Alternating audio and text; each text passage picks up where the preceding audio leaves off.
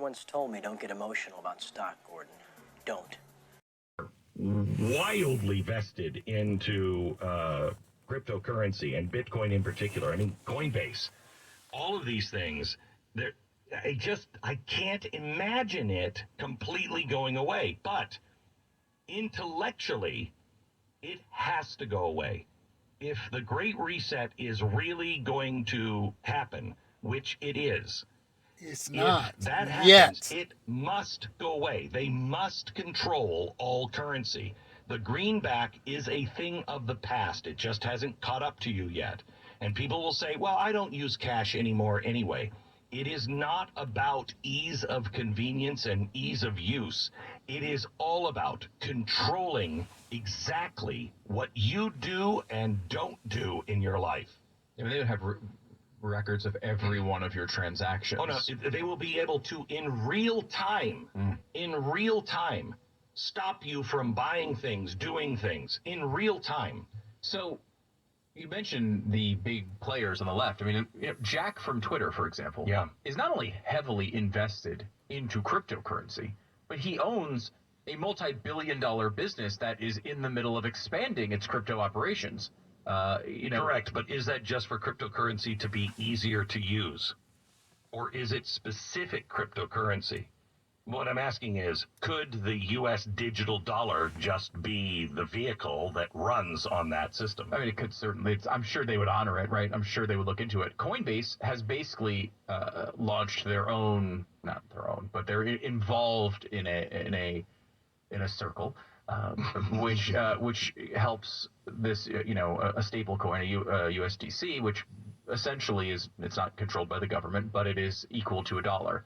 There's several stable coins like this. Some of them are centralized, some of them are decentralized. But the bottom line is, there is so much money invested in cryptocurrency now and in cryptocurrency-related businesses. Many of them are big-time players on the left, not just the right. It's really one of those things that isn't partisan. It's one of the few things that isn't partisan in our society. So I know it's been a while, but did you read or do you remember enough, or should you do a refresher on the chapter on modern monetary theory from the book? Yeah, I mean, I read it only a couple weeks, or last week, 2 weeks ago, whenever it came out. That, to me, should tell you everything you need to know. Yeah. There is no way out, okay? No, I don't mean for us. No, wait. Not for us, for them. There is no way out for the federal government as they see it. So they will become more and more draconian because they have to. I had a friend ask me this weekend, so Glenn, I mean, is everybody involved in this evil? Because I don't believe that. And I'm like, no, they're not. This is exactly what I went through in 2008. In 2008, I mean, I knew the former head of Goldman Sachs. He was a friend of mine. I lived in a town where it was 95% Wall Street people. Okay, they were all the biggest bankers, the biggest investors. They ran the economy. After, when I was getting ready to leave in 2009, during the crash, I was the only person that did not have my house up for sale. The only house on my street, and it was a long street, that was not for sale was mine. Okay, because they were all in the financial industry, and they were all lost everything. And beforehand, I kept saying to them, and they mocked me, honestly, they did. And I said to them, I'm probably wrong. I mean, guys, it's either a blessing that I don't have the education that you do, or I'm just stupid and wrong because I don't have the education. And they were like, what are you talking about? I'm like, you know all of the players, you know all of the systems, you know all of the excuses that calm your fear. And your biggest excuse is too much money, Glenn. There's too much money. That money is protected. No one can allow all of that money just to be flushed down the toilet. It can't. Too big of players, too much money. I said, well, but that's not a plan. No, but that's why these systems will work. But that's not a good reason why they work. That's a good motivation to make them work, but that's not the reason they work. And so everybody was dismissing things. Right now, everyone is dismissing that the world will come off of the United States dollar as the world's reserve currency. Everyone you talk to, I talk to these people still, and they all will tell me the same thing, and I'm saying the same thing back to them. That is a motivation. You know, we're the strongest on the heap, but you are betting that no one will finally say, you know what, they're going to hell in a handbasket. I'm getting out while the getting is good. Anybody else with me? That is what's going to happen. And when that happens, and our Fed is saying it's never going to happen. Our Treasury is saying it's never going to happen. Our government is saying it's never going to happen. It will happen. It will happen. And when it does, they've got to be out and lock everybody into their own digital currency or whatever it is we turn to. Right, because the modern monetary theory, basically the theory being that you can print money until oblivion, basically. Eventually, if inflation starts, which, I mean, who's to see that might be coming, if inflation starts, you can control it because you have control of the system.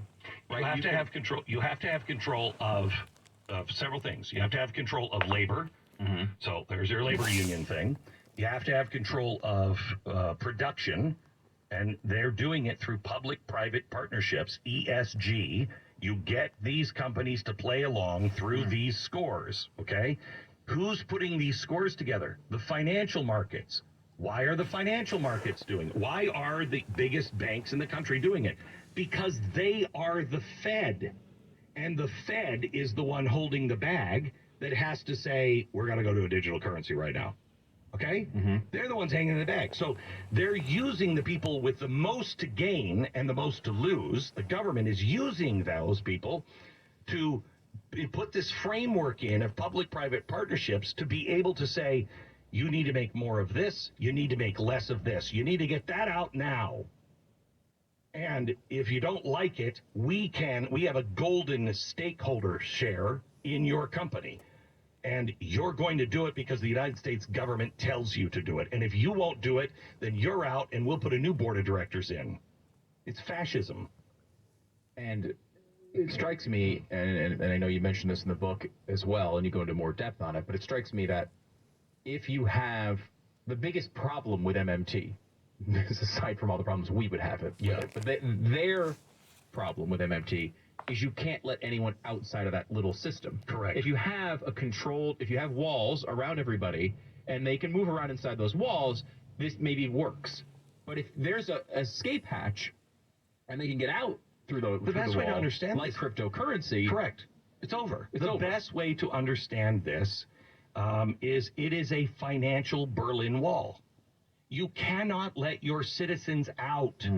Because if there's an escape hatch, then the whole thing falls apart. You have to keep them in. Otherwise, it doesn't work.